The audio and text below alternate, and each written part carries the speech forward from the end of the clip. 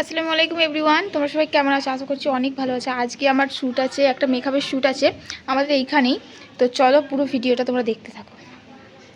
এখানে আমার আব্বাজি রাখতে যাচ্ছে, আমি আর আমার আপা যাচ্ছি দুজন মিলে। শ্যুটটা ছিল আমাদের বেলতলাতে যে জমজম বিরিয়ানি আছে ওইখানেই। ওখানে যাবার পরই আপাটা ওনার হাজবেন্ডকে পাঠিয়ে দিয়েছিল ঘরটায় পিক করার জন্য। এই তো মেকআপ আর্টিস্ট এই তো আপা, আমরা আসবো বলে পুরো আপা সব রেডি করে রেখেছে আমাদের জন্য। আপা ওয়েটও করছিল, দেখো আপাটাকে দেখতেও যেমন মিষ্টি, ওনার কাজটা চলো তোমাদের কাছে শেয়ার করবো।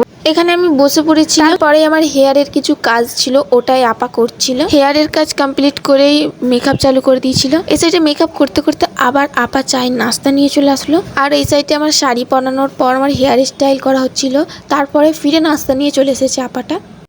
তো দেখো আমার মেকআপ কমপ্লিট হয়ে গেছে, এই যে আমার ফাইনাল লুক। কেমন হয়েছে কমেন্টে জানাও অবশ্যই। আমার হেয়ার স্টাইলটা দেখো তোমরা।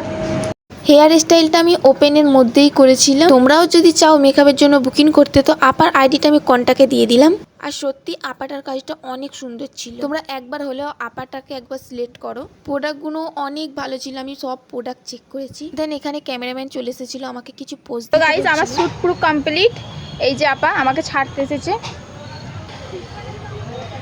আজকে যেখানে আমি শুটে গেছিলাম আমাদের বাড়ি থেকে 5 মিনিট রাস্তা ছিল। বাড়িতে আসার টাইম আমি ক্যামেরাটা কন্টিনিউ করতে পারি না। তো আজকের ভিডিও এটুকুই, ভালো লাগলে লাইক কমেন্ট শেয়ার করতে একদমই ভুলবে না। তো টাটা বাই বাই, আল্লাহ হাফেজ।